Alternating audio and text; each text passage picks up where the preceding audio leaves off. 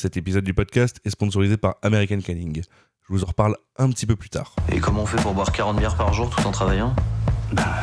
Je tiens un bar. Non, t'es fou, jamais l'alcool pendant le service. Moi, de petite bière plutôt. La carbonate, c'est comme le pot-au-feu, mais avec de la bière. Vous avez vu comment j'ai refusé la 5e bière, Antoine? Hein? Ferme. Mais parlez pas comme ça fait de la mousse. Faites couler la bière. Ces hommes sont assoiffés. L'alcool, la cause et la solution de tous nos problèmes dans la vie. Bonjour à tous et bienvenue dans ce nouvel épisode du podcast Siroton le Houblon. Aujourd'hui, je suis avec Christophe. Christophe, tu es le fondateur de la brasserie Ninkasi. Et Oui, bienvenue bonjour. au podcast. Bonjour. Alors, on va rentrer assez rapidement dans le vif du sujet parce que je pense que beaucoup de monde connaît déjà Ninkasi, ne serait-ce que de nom. Par contre, je ne sais pas si mes auditeurs connaissent réellement l'histoire et ce qui s'est passé, notamment déjà à la base pour la fondation de la brasserie. Alors de ce que j'ai cru moi comprendre, c'est que tu as découvert la bière craft aux États-Unis.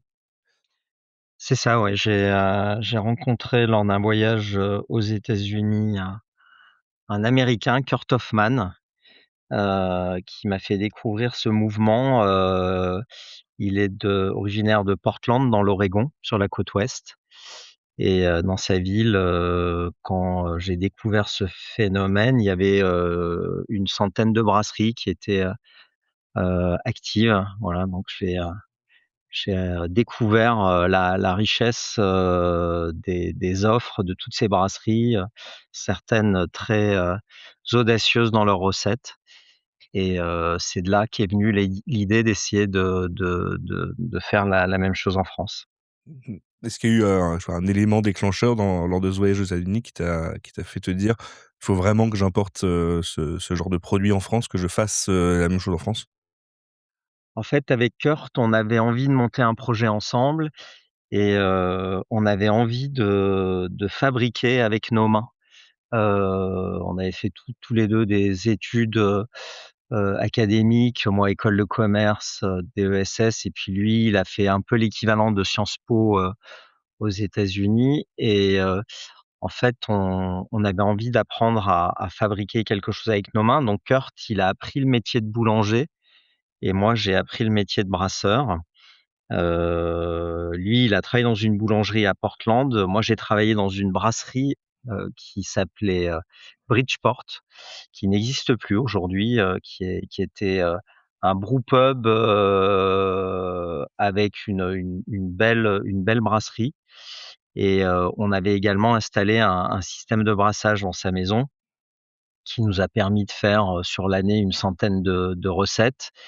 Et Kurt était dans un club de rugby à Portland, et donc on écoulait notre production avec le club, voilà, qui nous faisait des retours sur les différentes recettes. Et pendant une année, on a visité un nombre très important de brasseries, de lieux pour s'inspirer sur les recettes, sur la manière de packager, sur même les lieux, puisqu'on avait dans notre idée de faire notre propre lieu également, à partir du moment où on serait de retour en France.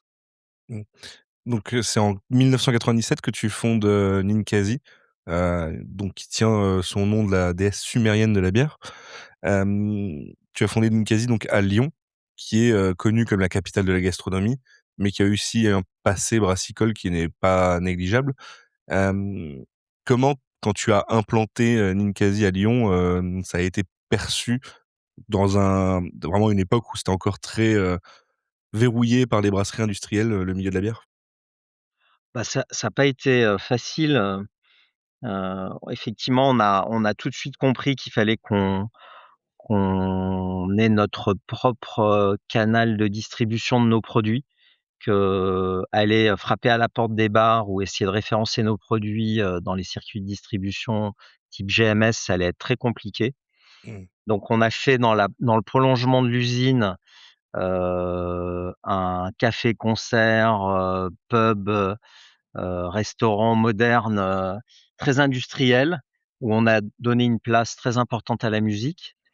Ça nous a permis de nous faire connaître, mais ça a été difficile parce qu'on on proposait des bières, qui avaient du goût, Mmh. voilà, en fermentation haute, du houblonnage à froid, voilà et c'était pas dans les standards. Donc on avait énormément de clients qui, fréquentaient le lieu et qui nous disaient que la bière était pas bonne. Donc on avait notre réplique, standard qui est de dire: «Écoutez les goûts ça se discute pas, Mmh. vous avez le droit de pas aimer mais je vais vous expliquer pourquoi notre bière a du goût». Voilà et donc on a fait un travail d'évangélisation qui a duré, plusieurs années mais qui, nous a permis petit à petit de trouver notre clientèle et de survivre parce qu'on a, la première année, pas été loin de déposer le bilan et c'est la coupe du monde 98, qui, a amené énormément de clients, sur le stade de Gerland, hein. L'établissement était juste à côté du stade et qui nous a aidés à trouver notre clientèle. Parce que finalement, on avait beaucoup de gens qui aimaient pas notre bière, mais on en avait quand même certains qui trouvaient ça très intéressant et le fait d'avoir ces matchs nous a permis, finalement d'arriver à nous constituer un noyau de clients qui, sur la deuxième année, nous a permis de survivre et de franchir le cap. Mmh. Je reviens à ce que tu disais un peu plus tôt, que dès le début, le concept Ninkasi a été d'être, adossé, à un espace de vie aussi bien musical. C'est un peu un lieu de brassage au sens large, aussi bien de la bière, de la restauration, de la musique. Hem, Depuis, le concept Ninkasi s'est développé dans un réseau de franchises. Comment faire pour préserver une âme authentique, artisanale, indépendante, sans perdre, l'ancrage et l'identité locale quand on se développe un peu partout en France? En fait, je pense que, une entreprise, c'est une aventure humaine, Mmh. il faut que, en fait, le projet ne perde pas, ses valeurs.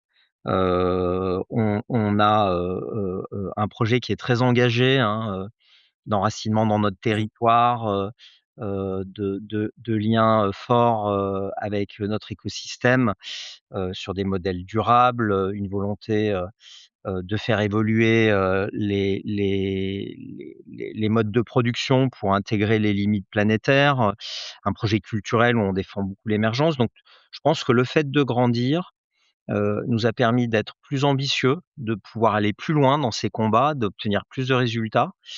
Ce qui est important, c'est de faire en sorte que cette aventure, elle embarque plus de monde. Moi, je trouve que la franchise, c'est très adapté, en fait. C'est un mode de développement où on va rencontrer, des gens qui sont prêts à porter le maillot Ninkasi et à investir, leur argent, et à être des entrepreneurs. Donc, ça rend, l'aventure très collective. Voilà, on a, il me semble, pas perdu notre âme. On se développe lentement, hein, on va bientôt vers nos 30 ans. Aujourd'hui, il y a, 26 établissements Ninkasi. Mmh mh. Voilà, on n'est pas, une licorne qui pèse 1 milliard d'euros de chiffre d'affaires et qui se développe de manière fulgurante. On a toujours apporté un grand soin, à faire de belles rencontres et les franchisés, c'est des belles rencontres et à faire les choses, de manière solide. Voilà, on est, à notre troisième usine. On a eu, l'usine historique, à Lyon. On s'est déplacé à Tarare en 2012. On a réinvesti en 2023 dans une nouvelle usine. À chaque fois, nos investissements, ils se sont faits dans un souci d'amélioration de nos produits. Voilà, on a industrialisé nos process, mais industrialiser, c'est pas un gros mot. Mmh. Aujourd'hui, on est très constant, on n'a pas de problème de qualité et les brasseurs, aujourd'hui continuent à s'amuser, à élaborer des recettes, audacieuses. Voilà, aujourd'hui dans notre fonctionnement, c'est pas la finance ou le marketing, qui donne le tempo, c'est vraiment la production, c'est le produit qui est au centre de toutes les attentions et on ne sacrifie en rien la qualité de ce qu'on fabrique. Voilà, on a essayé aussi d'être une entreprise humble, voilà, pas donner de leçons, même si on aimerait que les 3 gros industriels, soient moins hégémoniques, on a rarement eu des propos, négatif sur ces 3 mastodontes que sont Carlsberg, Heineken et AB InBev, parce qu'il faut de tout. Voilà, de toute Mmh. façon, on est toujours le gros de quelqu'un. Ninkasi aujourd'hui, c'est 50 000 hectolitres. On va dire oui, c'est énorme, mais 50 000 hectolitres, en fait, c'est tout petit, hein. Moi, j'ai été aux États-Unis, j'ai côtoyé des brasseries qui aujourd'hui, du moins Ninkasi à Eugene, Mmh. elle est 10 ou 15 fois plus grosse que nous aujourd'hui et c'est une brasserie régionale aux Bien sûr, ouais. États-Unis. Donc voilà, tout est relatif. En fait, nous, ce qu'on veut, c'est que les gens qui sont embarqués dans cette aventure restent très attachés au projet. Donc voilà, on essaye de veiller à être cohérent et à pas avoir trop de dissonance et quand il y en a, de les corriger et que cette aventure, elle soit vraiment une aventure collective avec des gens qui se sentent acteurs. Voilà, on est sur des modes de fonctionnement, où il y a beaucoup d'horizontalité, de décentralisation. Il y a un mode de fonctionnement qui fait partie de notre culture, qui à mon avis préserve l'authenticité du projet. Mmh. Et j'ai relevé 2 choses très intéressantes dans ce que tu as dit.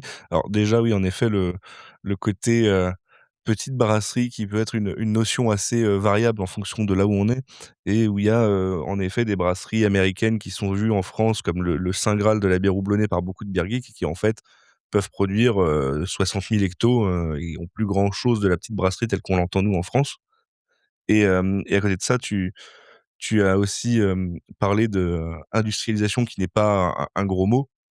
Et en effet, on voit de plus en plus, même en France, des petites brasseries se monter avec des volumes de production de 3 à 4 000 hectos et pour autant avoir du matériel déjà automatisé, semi-automatique, des process en fait d'industriels qui sont, nécessaires pour avoir, aussi bien de la constance dans les productions que, réduire la pénibilité au travail. Il y a plein de facteurs à prendre en compte. Ouais, ben, nous aujourd'hui, on n'a aucun problème, pour, faire travailler, des gens en situation de handicap ou Mmh, parce qu'on a, en fait, amélioré de manière significative les conditions de travail et bien donc, sûr. aujourd'hui, c'est des choses, sur lequel on est plutôt fiers du chemin parcouru. Quand on a démarré le brassage, voilà, l'empâtage, il se faisait avec une rame. On avait une petite vanne, pour, faire circuler la vapeur dans la double enveloppe et on n'arrivait absolument pas, à stabiliser, à la bonne température, au moment de l'empâtage et donc, d'un brassage sur l'autre, il y avait des variations, sur la bière. Alors, il y en a qui vont dire: «Bah, c'est cool, ça fait partie un peu du craft». Moi, quand je bois une très bonne bière, j'ai envie de reboire la même et quand je la rebois, un mois plus tard et que je la trouve moins bien, bah, je suis vraiment déçu Mmh, et moi je côtoie des brasseurs étrangers qui me disent: «En France, vous êtes capable de faire des super bières. Par contre, il y a un point sur lequel vous êtes pas bon, c'est la constance». On a un peu cette image mmh, à l'extérieur de la France et moi j'ai parlé avec beaucoup de brasseurs, hein. On a la chance à Lyon d'avoir, un un un un un bel événement où il y a, au mois d'avril, une fête de la bière où il y a énormément de brasseurs qui se déplacent et c'est vrai que j'ai côtoyé des brasseries qui étaient un peu dans cette idée que small is beautiful et que nécessairement si on grandit, on perd son âme. Moi, je suis pas d'accord, avec ça. Je pense on s'est posé la question, hein, à un moment de dire: «Est-ce qu'on continue à grandir?» Et en fait, grandir, c'est la vie. Moi, j'ai des équipes qui sont super et j'ai besoin qu'il y ait des projets, sinon ils partent, ils vont aller ailleurs. mmh, Après, je suis d'accord avec cette idée que les arbres ne grimpent pas au ciel et qu'à un moment, on peut grandir de manière différente. Voilà, je pense que nous, on a investi dans un nouvel outil. Je pense pas qu'on Enfin, j'espère pas un jour, on fera encore une nouvelle usine. Je pense que, cette usine, elle va aujourd'hui être suffisante pour le projet qu'on porte. Mais si demain on a besoin de garder une dynamique, il faudra qu'on fasse grandir des gens dans notre écosystème. Il y a des moyens de développer un projet, qui peuvent permettre de garder une dynamique, de l'envie, de l'enthousiasme. Voilà, il faut, mmh. Oui, tu as évoqué du coup, une première installation, enfin un premier déménagement vers Tarare alors si mes notes sont bonnes en 2012. Ah, Hem, Ça, c'était une première étape, puis ensuite un nouveau site plus récent, tu disais en 2023 si je dis pas de bêtises? c'est ça, ouais, Voilà. on a dû, en fait, on était dans un magnifique bâtiment, qui s'appelle les Teinturies de la Turdine à l'entrée de Tarare.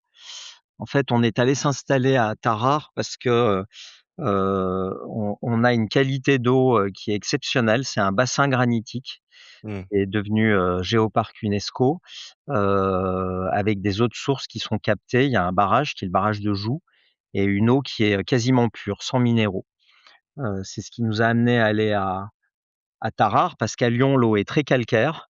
La ville de Lyon était connue pour sa bière noire. Les eaux calcaires, sont plutôt propices à faire des bières, brunes, rousses que des bières blondes et en fait, sur la première usine, quand on a eu besoin de s'agrandir, on était dans un bâtiment qui était pas classé par les ABF, mais qui était supervisé par les ABF.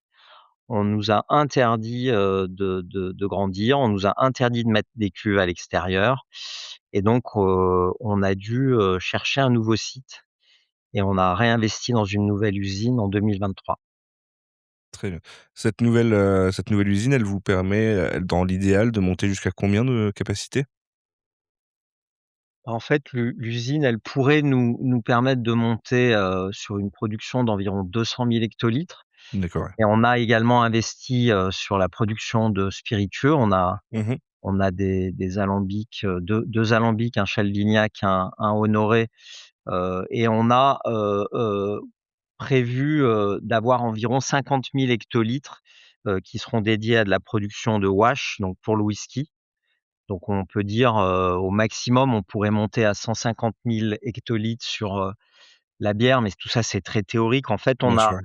on a une gamme qui est assez large. On fait des bières de saison, donc moi, je pense que potentiellement sur la bière, on peut monter, aux alentours des 100 000 hectolitres, 100 peut-être 120 000 hectolitres. Mais aujourd'hui, on vise, une production d'environ 70 000 hectos qui nous permettrait de remettre les voyants, de l'entreprise dans le vert. Très bien.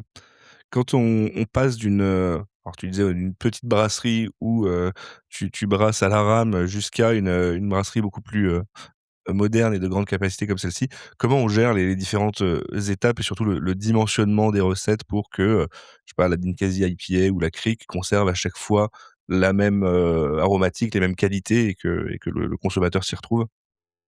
Ben, en fait, nous, on a à chaque fois amélioré la qualité de nos produits. La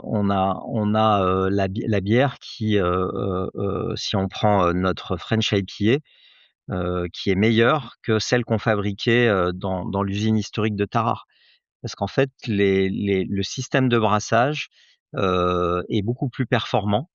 On a des meilleures extractions, on a, une meilleure répétibilité.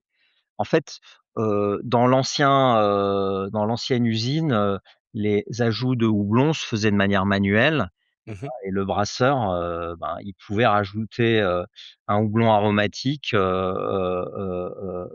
minutes, ou 10 minutes en retard, voilà, donc tout ça aujourd'hui, c'est des erreurs qu'on ne peut plus commettre parce que, on a des systèmes où, toutes les recettes sont pré-préparées et après, les injections, de grains, tout ça est contrôlé et se fait à la seconde près au bon moment. Donc aujourd'hui, on a un respect des recettes, qui est parfait et les brasseurs, qui, vont, beaucoup plus travailler sur la qualité, l'amélioration. En fait, on passe beaucoup plus de temps maintenant sur l'amélioration des recettes parce que c'est un travail qui s'arrête jamais, en fait. Mmh. Et sur, de l'innovation. En fait, on a investi dans une petite salle de brassage avec un système Pico, qui permet, aux brasseurs, alors qu'ils sont en train de brasser, ils peuvent faire 2 choses à la fois, puisque tout est supervisé sur ordinateur. Ils sont capables de brasser et donc de tester, plein de recettes, et aujourd'hui, ils gardent, un engagement et un épanouissement dans leur métier, parce que, finalement l'industrialisation des process leur a dégagé des ressources, pour pouvoir travailler sur la qualité, l'amélioration des recettes ou les nouvelles recettes. Donc ils ont pas l'impression, de s'être éloignés du produit. Au contraire, je pense qu'ils sont beaucoup plus proches, du produit qu'ils ne l'étaient dans l'ancienne usine. Mmh. Je reviens sur un point, tu as évoqué tout à l'heure, les 3 grands groupes, qui sont, assez colossaux et qui détiennent une grosse partie du marché, de la bière, en France et dans le monde. Tu avais, notamment, rédigé une tribune, il y a quelque temps, dans lequel tu alertais sur la situation, assez, critique du marché de la bière, puisqu'en 2024, on a, il me semble pour la première fois depuis un bon bout de temps, les fermetures de brasseries qui ont dépassé les créations. Tu penses que le milieu de la bière artisanale français actuellement est, en danger ou du moins est peut-être, amené à disparaître comme il a déjà disparu, à une époque précédente?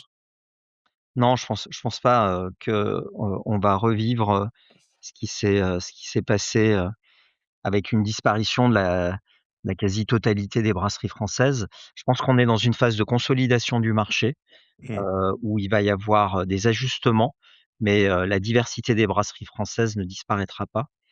Moi, ce que je reproche, aux 3, mastodontes, c'est que finalement, elles ont beaucoup profité, de ce mouvement craft mmh, qui a remis de la valeur sur la bière et moi, j'ai eu des discussions, avec un ancien dirigeant, d'un de ces 3 groupes, qui m'a dit: «Mais merci, merci grâce à vous, aujourd'hui on a réussi à vendre à nos bières à des prix plus élevés. On a tiré le marché vers le haut».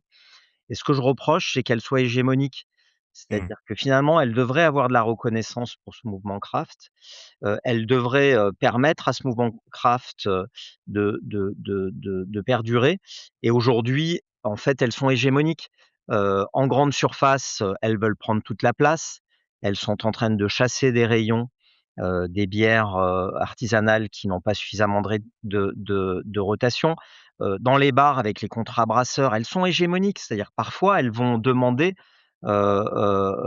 l'exclusivité, hein. Et je sais mmh, qu'il y a un sujet à l'heure actuelle, qui est porté par le syndicat des brasseurs indépendants qui est de faire bouger la loi, en imposant que, même avec un contrat brasseur, un bar puisse proposer pour 10 ou 20 voilà. Et en fait, voilà, c'est dans ce processus de consolidation, actuellement, elles sont en train de jouer contre, ce qui a été bénéfique pour elles, à savoir, une amélioration, de la valeur, de l'image, et une clientèle qui s'est fortement développée.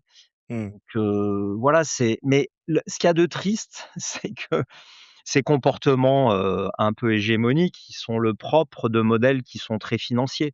Ben, pour moi, ce qui différencie, ces 3 entreprises, des brasseries craft.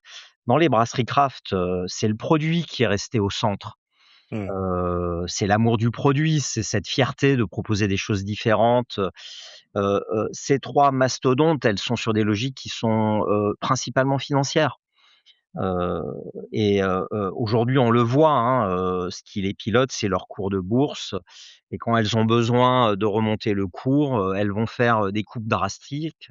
Voilà, Heineken a fermé la brasserie, alsacienne, il y a eu des annonces, de réduction massive, des effectifs, dans les sièges et voilà, donc c'est d'autres modèles, c'est pas le nôtre et pas là pour dire, quel est le meilleur des modèles, mais aujourd'hui, je pense qu'on a une sensibilité sur des sujets de diversité.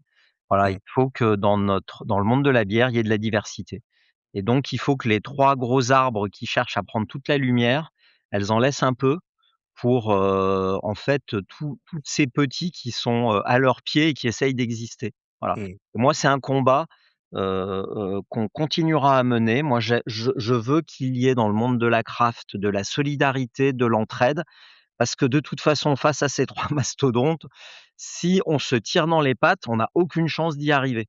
Voilà, mmh. moi, des moments, je suis surpris quand, je suis dans les allées, de la fête de la bière à Lyon, d'avoir des petites brasseries qui me disent: «Ah Ninkasi, ouais, mais vous êtes devenu un gros», il y a un moment, mais leur dire: «Arrêtez de vous tromper de cible». Je veux dire, Bien sûr, si vous, estimez qu'aujourd'hui, on n'a pas notre place dans la craft, vous ne faites qu'affaiblir ce qui peut demain nous permettre, de réussir. Le marché, américain, moi je continue de le suivre. Il y a eu ce phénomène de consolidation. Moi, Bridgeport, où j'ai bossé, c'est une brasserie qui a disparu. Donc il y a eu, des brasseries qui ont disparu. Mais là, actuellement, en 2026, les brasseries craft américaines, reprennent du poil de la bête et taillent à nouveau des croupières aux industriels. Voilà. Donc on est dans cette phase de consolidation, qui est un peu difficile, mais moi, je reste persuadé que la tendance, elle est longue et que, bien sûr. de toute façon, les gens consomment moins et mieux. Et aujourd'hui, acheter une bière, qui est faite près de chez soi, avec des gens qu'on connaît, qui ont l'amour du produit, c'est une tendance lourde, qui, connaîtra le succès. Ça peut pas s'effondrer. Je n'y crois pas une seconde. Bien sûr. Après, il y a un autre, facteur qu'on peut évoquer, c'est, que ces 3 géants ont, récemment développé des tendances à racheter des brasseries artisanales.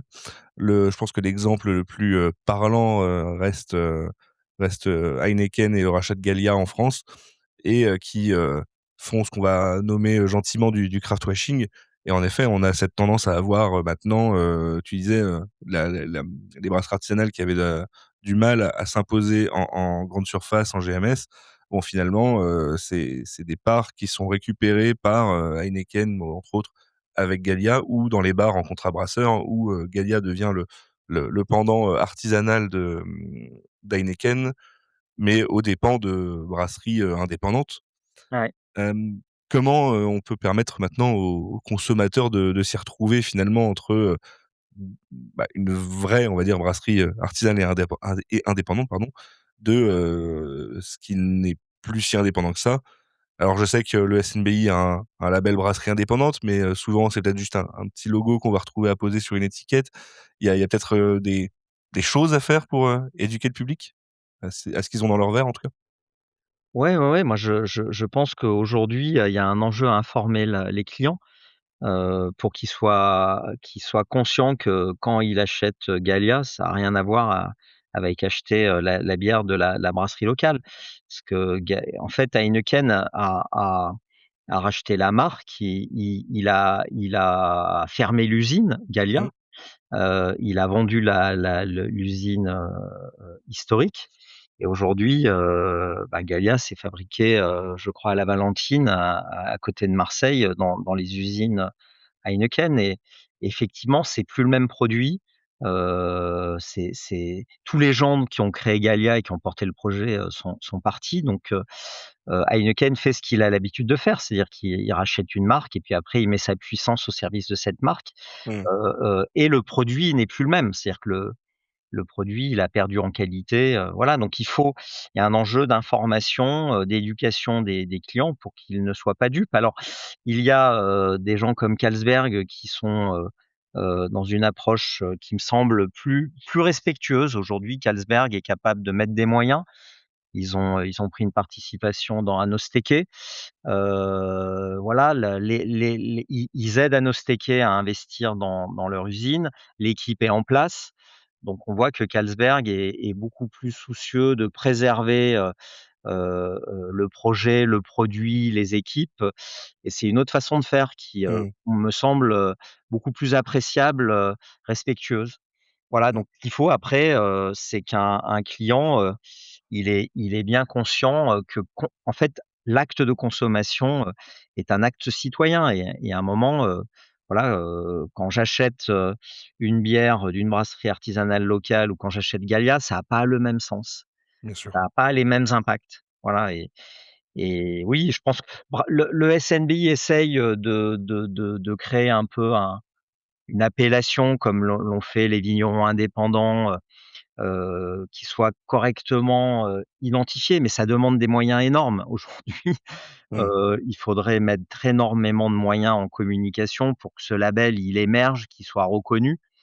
Bon voilà, il faut être patient parce qu'on le fait avec des moyens, qui sont faibles, mais ça avance quand même et je pense qu'il y a quand même, aujourd'hui, une attente, une demande des clients, des citoyens pour, voilà, consommer moins et mieux, et il faut en fait, il faut utiliser cette tendance pour revendiquer, ce qui nous singularise.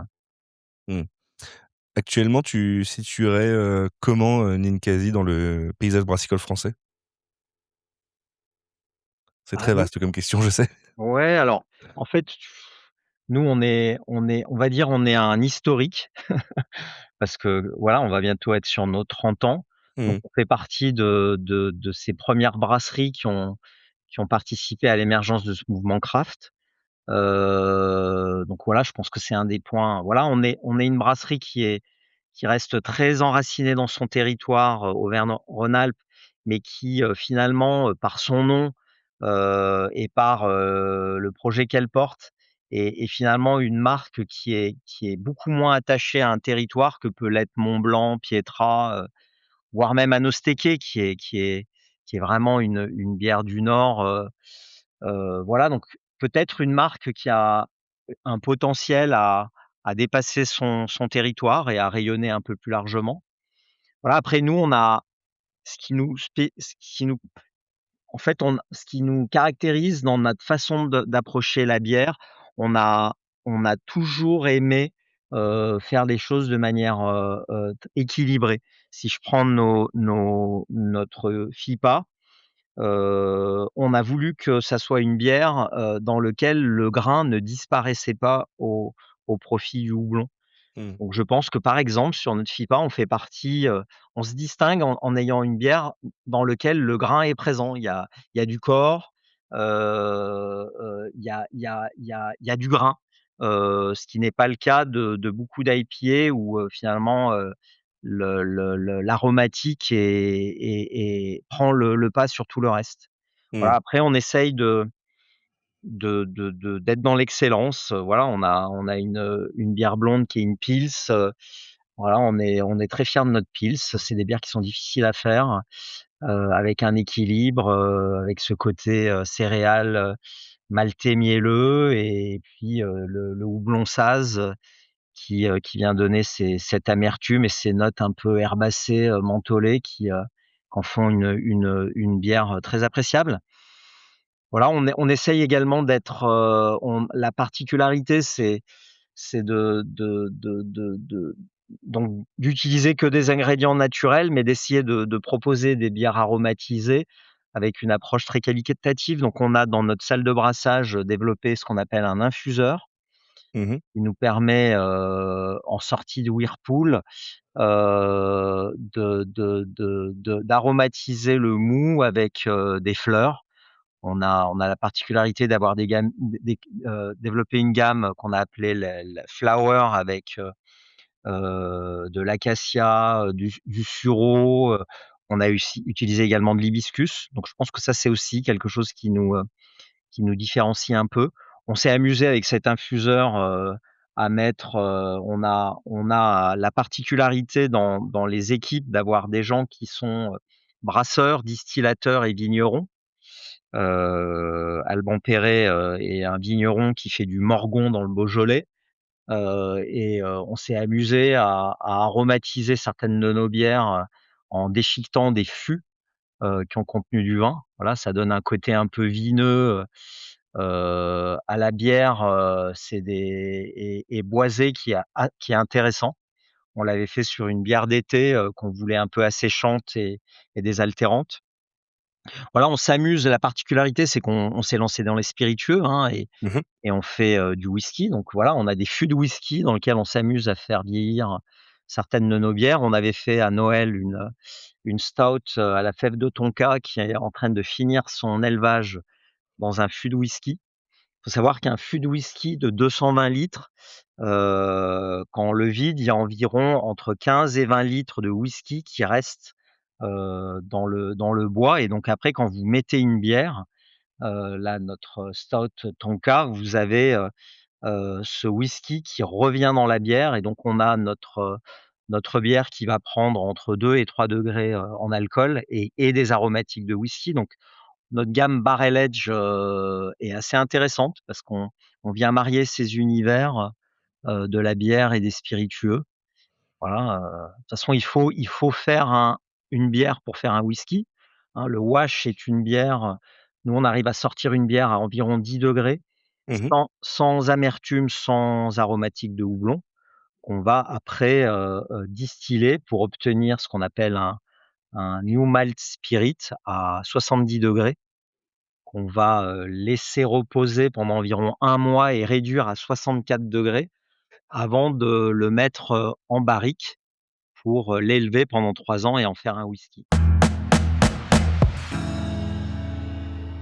Envie de donner un coup de boost à votre production? Découvrez les machines de mise en canette American Canning Machines, directement conçues à Austin, au Texas. Compactes et performantes, elles s'intègrent partout, même dans les espaces les plus petits. Fini la complexité. Avec des commandes intuitives et un faible coût de maintenance, votre équipe se concentre sur l'essentiel, le brassage. Nos machines garantissent une qualité de remplissage impeccable, préservant la fraîcheur de vos boissons, qu'elles soient plates ou pétillantes. Et on vous accompagne. Notre équipe en France est là pour l'installation et le suivi. American Canning Machines, des encanneuses simples, robustes, abordables et parfaites pour les microbrasseries. Prêt à produire plus, gaspiller moins et goûter la différence? Contactez-nous sur europe@canwithacm.com.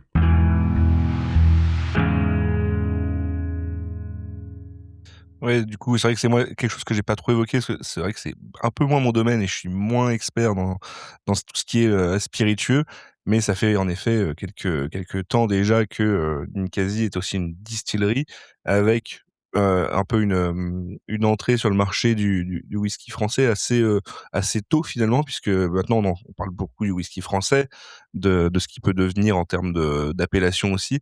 Bon, là, Ninkasi est sur le segment depuis un bout de temps avec des produits qui ont été mine de rien assez régulièrement reconnus et primés. Tu évoquais aussi cette porosité avec le milieu de la bière via les produits barriqués. C'est pourtant des produits qui restent très niches. Tu évoquais un volume de fût, qui est, assez ridicule.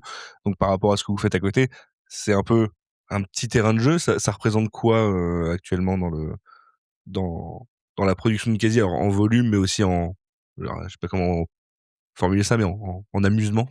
En fait, c'est vrai que c'est des quantités qui sont faibles.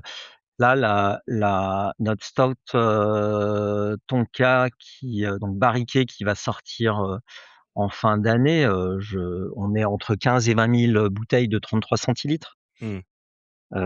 Attendez, non, non, non, je dis une bêtise, on est encore moins que ça. Je pense qu'on doit être à la moitié de ce que je suis en train de dire.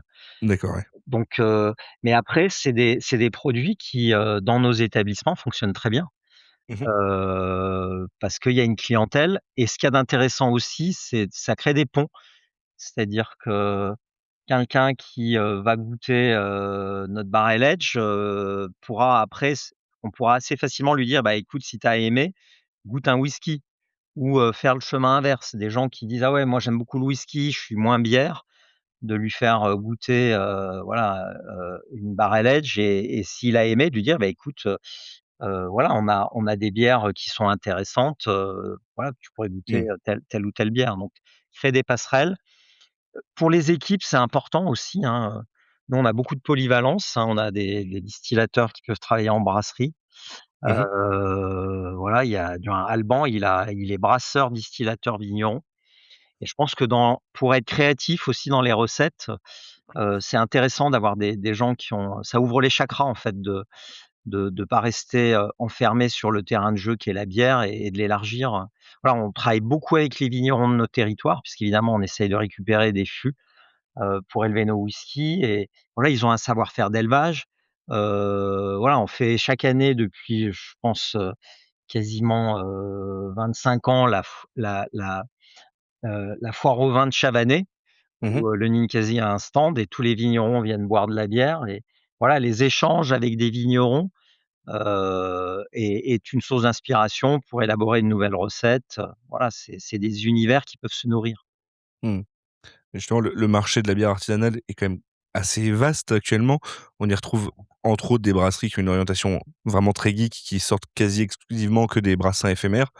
D'autres brasseries ont, soit un peu changé d'axe, soit se sont développées directement avec des gammes fixes assez solides pour répondre à une demande plus stable, notamment sur un marché local. Bon, Ninkasi a une gamme, permanente assez, solide, mais tu évoquais notamment tout à l'heure, la Pico Brasserie. Il y a à côté de ça aussi, toujours des développements de nouvelles recettes et des sorties de brassins éphémères. Ça a quelle importance, dans l'offre Ninkasi, ce genre de produit? Ah, c'est très important parce que en fait, il faut se renouveler, une bonne façon de se renouveler, c'est de travailler sur alors nous, on les appelle les bières du moment. On a Mmh. la chance d'avoir 26 établissements, qui permettent donc de faire goûter ces bières-là et on a créé un petit dispositif qu'on a appelé Crash Test. On s'est un peu inspiré de ce que fait, Bruxelles Beer Project. Oui. Ils sortent, des bières, ils les font évaluer par leurs clients. Donc les clients dans nos établissements peuvent, avec un petit QR code, voter, donner une note à la bière et laisser des commentaires. Et aujourd'hui, une bière du moment, en fonction de son succès, ça va s'écouler entre 3 et 4 semaines dans nos établissements et on arrive à recueillir, entre 500 et 800 avis, dont la moitié, où il y a des commentaires écrits. Donc pour les brasseurs, c'est fantastique parce qu'ils vont avoir un retour immédiat, sur la manière dont est perçue la recette et ça permet d'améliorer la recette, de faire des ajustements, du moins le feedback is a gift, c'est exactement ça. C'est-à-dire que ces retours ont une énorme valeur et aujourd'hui, on a certains de nos produits, qui, sont, maintenant, dans la gamme et qui sont passés par ce dispositif. Notre, NEPA, était sortie en bière du moment, et elle est devenue un produit permanent. On a la rosée qui est une Mmh. bière, hibiscus pêche, qui il y a 1 an a été une bière du moment, et est devenue la par exemple notre Summer Ale, hein, qui est, actuellement la bière d'été, avec, du citron et du basilic a été, une bière du moment. Voilà, donc ça permet, de tester des choses, de les évaluer correctement et à un moment, voilà, quand on a une innovation, donc cette année, la rosée canette, on l'a proposée en exclusivité à Monoprix, on est capable de dire, ce produit, il a cartonné dans nos établissements. On Mmh. peut leur donner la note, les commentaires en leur disant qu'on est, convaincus de la réussite, du produit, et que, aujourd'hui, c'est un produit qui plaira aux consommateurs. Mmh. Ça permet aussi, j'imagine, de tester des produits pour suivre les évolutions, de tendances, de consommation et d'attente de la clientèle, du coup. Ouais, et nous, il y a un point, qui est très important dans notre fonctionnement. On est curieux de ce que font les autres brasseries, on est curieux des tendances marché, mais en fait, on décidera toujours de ce qu'on fait, en fait. C'est nous qui Mmh. prenons la décision de nos innovations. On veut pas se faire dicter ça par les tendances marché, en fait. Heu, sur le sans alcool, on a peut-être été, un petit peu en avance de phase. On avait, sorti, il y a quelques années, une gamme micro où on avait, des bières, qui titraient, entre 1,5 et 2,5 et qui n'a pas rencontré sa clientèle. On l'a peut-être fait un peu trop tôt. Mais aujourd'hui, par exemple, on a temporisé sur le sans alcool parce que, pour nous, fabriquer une bière avec de l'alcool pour derrière, enlever, ce qu'on a fabriqué, consommer de la ressource, ça a pas de sens. Maintenant, il y a des techniques qui sont en train d'arriver, avec de la fermentation sous oxygène, qui évitent ces écueils-là et c'est depuis qu'il y a des solutions techniques, qui émergent que finalement on s'est remis au travail en disant: «Bah, aujourd'hui, on est capable de fabriquer une bière, avec un process qu'on juge, respectueux donc on s'y met». Et voilà, c'est pour nous, c'est important de rester aligné avec nos valeurs. On veut avoir un modèle, durable, on veut, être frugal dans l'utilisation des ressources et si les conditions sont pas, réunies, on est prêt à renoncer à des innovations, parce que c'est pas cohérent avec les valeurs qu'on porte. Mmh. Tu as tout à l'heure parlé de la rosée qui était, vendue notamment chez Monoprix. On n'a pas encore vraiment parlé, mais il y a le marché de la GMS qui est, souvent vu comme un terrain, très difficile, même pas forcément que pour les brasseries artisanales, mais d'autant plus pour les brasseries artisanales. Hem, Notamment pour les brasseries artisanales, il y a aussi des histoires de conditions de conservation. Cela dit, depuis, vous êtes quand même vous rentré, un peu en GMS, si je dis pas de bêtises, notamment avec un partenariat de distribution, via IBB, qui est assez, spécialisé dans ce domaine-là. Comment vous avez, géré cette, arrivée en GMS? Est-ce que c'est des références spécifiques pour ce marché? Vous avez développé une gamme ou vous avez vraiment voulu mettre en avant vos produits, phares? En fait, c'est l'histoire avec la GMS, elle commence à être très ancienne. Mmh. On a, en fait, ouvert le Ninkasi Gerland. On a créé une salle de spectacle, qui, nous a mis en difficulté parce qu'on avait une jauge qui était, pas suffisamment grande pour équilibrer nos productions. Plutôt que de renoncer à ce projet, on a décidé, au début des années 2000 d'ouvrir des petits Ninkasi dans Lyon. Mmh. Voilà, tout ça, ça a fait grandir la notoriété de la marque et aux alentours de 2005, on a commencé à frapper à la porte de la grande distribution en disant: «Écoutez, on est en train de devenir une belle marque, lyonnaise, les gens, aiment, la bière Ninkasi» et donc on a des supermarchés, des qui ont commencé à référencer nos produits. Puis c'est s'est petit à petit élargi.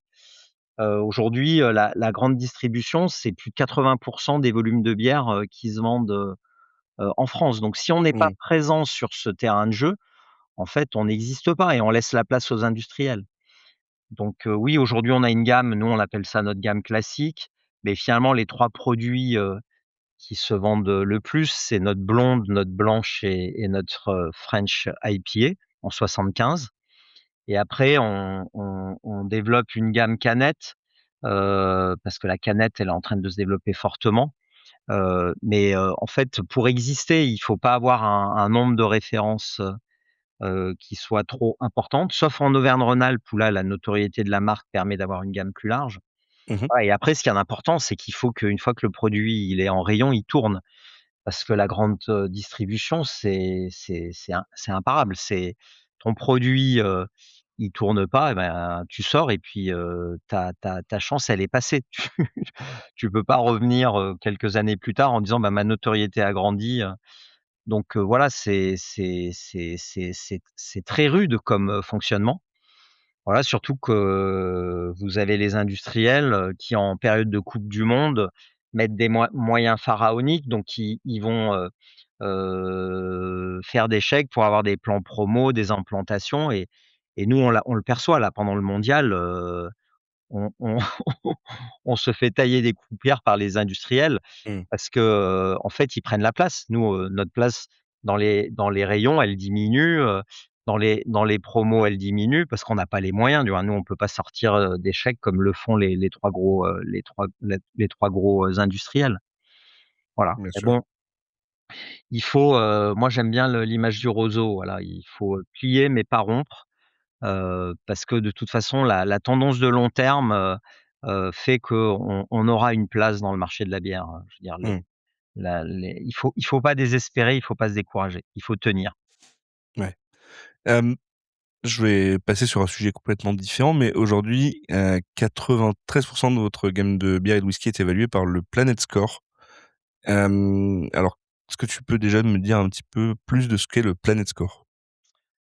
Ouais, en fait, nous, on a fait comme toutes les entreprises, on a commencé par faire notre bilan carbone et puis, c'est un processus, qui nous a amené à élargir notre vision, notre compréhension des problématiques et de se rendre compte que le climat, c'est absolument pas le seul, sujet qu'il faut, intégrer dans ses stratégies.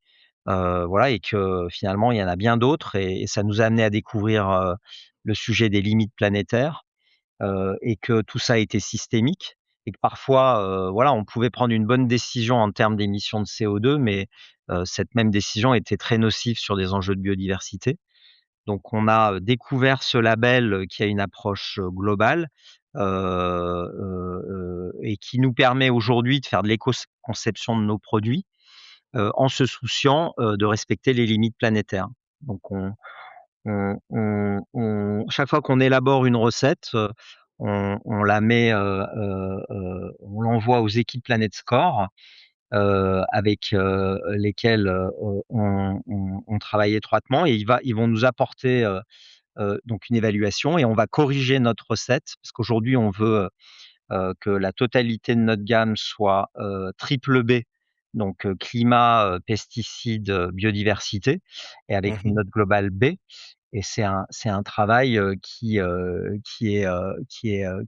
compliqué. Voilà, on a ce travail nous a amené à créer avec le groupe Soufflé une filière malt régénératif avec un cahier des charges qui est contrôlé et qui a été co-construit avec les équipes du Planet Score, et qui a vocation à accompagner les agriculteurs dans une transition de leurs pratiques, mais de manière progressive, sans qu'ils soient pénalisés d'un point de vue financier, donc avec des primes qui sont versées au fur et à mesure qu'ils améliorent leurs pratiques, pour que ça soit un modèle vertueux. Parce que voilà, avoir des agriculteurs qui aujourd'hui font l'effort d'aller vers le bio et puis se retrouvent à vendre leur production au même prix que le conventionnel, c'est pas possible. Mmh. C'est des choses qui sont mortifères, qui découragent et qui sont pas justes. Donc voilà, Mmh. on a aujourd'hui fait ce choix-là. C'est un label environnemental qui doit gagner en notoriété, mais vous avez de belles enseignes qui l'ont adopté. Il y a le Picard qui l'a adopté. Vous avez les marques distributeurs qui commencent à l'adopter, et voilà, je pense que c'est une bonne façon, finalement, quand je dis l'acte de consommation est un acte citoyen, voilà, ben, à un moment, il faut informer. Pour avoir des consommateurs responsables, il faut avoir des consommateurs informés, et aujourd'hui, le Planet Score est une façon de leur dire: «Ben, voilà, ce produit, voilà ce qu'ils font de bien, voilà ce qui peut être encore amélioré», et quand je décide d'acheter une bière, d'avoir cette information-là, elle est importante. Mmh. Chose que La pourront pas faire les industriels, hein, parce que, voilà, aujourd'hui, Heineken, Carlsberg et AB InBev, ils sont pas prêts, de mettre le Planet Score sur leurs produits. Bien Parce sûr, oui. que quand vous êtes dans une logique financière, c'est trop coûteux de faire ça. Voilà, donc Évidemment, ça, oui. c'est un point de différenciation que pourraient avoir les crafts, Mmh. qui est de montrer qu'elles ont des modèles vertueux, qu'elles respectent les agriculteurs, qu'elles respectent la nature, leur environnement, leur chaîne de valeur. C'est vraiment un point de différenciation, qu'on peut avoir. Mmh. Hem, Tu as évoqué quand on parlait du Planet Score quand même du bilan carbone, des émissions carbone en disant que c'était pas du coup le seul facteur à prendre en compte. On reste dans une, industrie avec la brasserie qui est quand même très gourmande en eau et en énergie. Est-ce que, vous avez des je sais pas des process, des techniques quand même pour, rester le plus, neutre là-dessus? Ah oui, on a la nouvelle usine nous a permis, de vraiment, faire, d'énormes progrès. On a quasiment plus de déchets, hein, dans la nouvelle usine. Il nous reste, aujourd'hui, à capter, notre CO2, Mmh. pour être dans l'autoconsommation. Mais, il faut qu'on franchisse encore quelques, hectolitres de bière en production pour que, le modèle soit, intéressant d'un point de vue, bilan. Parce que, aujourd'hui, l'énergie qu'il faut pour, capter notre CO2, et le mettre en cuve, avec les volumes qu'on produit, est insuffisant. On consommerait plus d'énergie que alors notre bilan CO2 serait encore, négatif. Donc ça, c'est un point Mmh. d'amélioration, mais qui est à portée de main. On a réduit de manière significative nos consommations d'eau et on continue de travailler. Sur la distillerie, on a, maintenant des campagnes qui se font uniquement l'hiver, avec une distillation sous vide qui nous permet de distiller à 50 degrés au lieu de plus de 80 degrés. Donc énormément de réduction de consommation d'énergie. On récupère les chaleurs fatales, en enchaînant les brassins, avec, des échangeurs à plaques. Du moins voilà, il y a aujourd'hui, un process qui est déjà, très performant.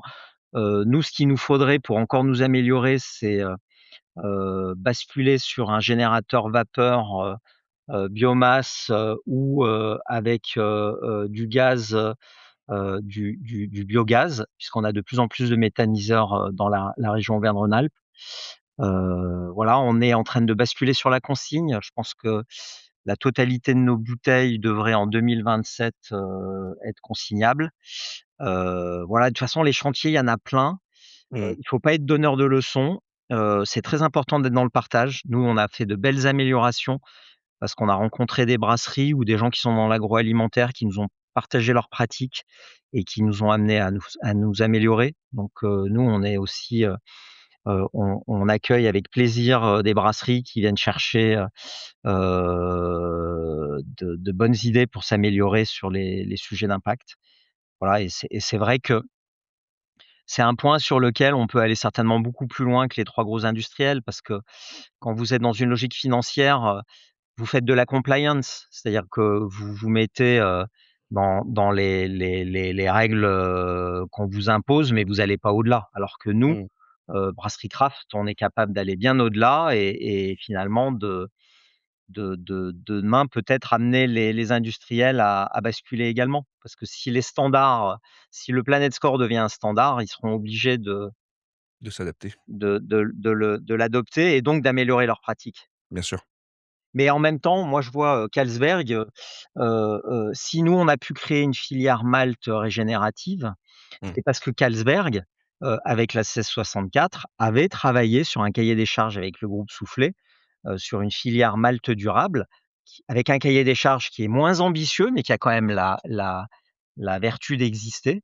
Et Mmh si mh. nous on a pu, travailler avec le groupe Soufflet, c'est parce que Carlsberg avait initié cette démarche, au préalable. Donc c'est pour ça que moi je veux pas dire du mal, des industriels parce qu'ils font aussi de bonnes choses. Mmh. Et c'est collectivement. Aujourd'hui, sur la consommation d'eau, les industriels sont extrêmement performants, beaucoup plus que les brasseries craft. Donc voilà, il faut, rester humble, pas être donneur de leçons et simplement mettre en valeur, tous les, éléments qui nous différencient pour, voilà, justifier la auprès des consommateurs, la pertinence aussi à acheter nos produits, pour qu'il y ait une offre qui soit diverse. Très bien et ben, pour, moi, pour clore l'épisode du podcast, je voulais parler un petit peu de culture puisque, bon, on l'a déjà quand même évoqué, Ninkasi est quand même très, très impliqué dans le monde musical notamment. Il y a une part de vos ventes qui finance un fonds de dotation pour la musique. Il y a l'association Ninkasi Music Lab qui accompagne des artistes émergents, de manière, collaborative et finalement, est-ce qu'on peut pas se dire que produire de la bière, c'est un très beau prétexte pour faire vivre la culture locale? Ah, tu l'as dit en début, d'entretien, on brasse pas que de la bière. Oui aussi. Aujourd'hui, on vit une époque, où on a besoin de recréer du lien, et la musique est une façon, extraordinaire de créer du lien parce que la musique génère une émotion et quand vous êtes pris par vos émotions, vous êtes beaucoup plus ouvert sur l'autre. Puis la culture, la musique, c'est une ouverture d'esprit parce que finalement, ça nous amène à découvrir, une autre façon de voir le monde. Donc nous, en fait, Ninkasi, c'est une aventure au service de quelque chose qui nous dépasse. On est devenu entreprise à mission.